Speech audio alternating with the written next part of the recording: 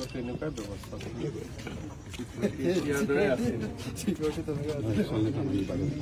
also and Rangghar also,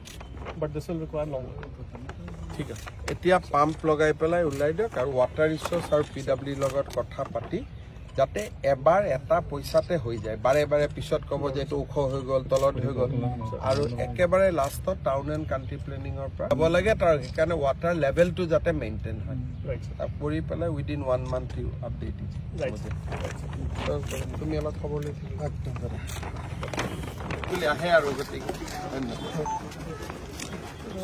এটা তোমাক কৰি দিছে ৰাস্তাত তুমি জানেকে কৈছিলা জানেকে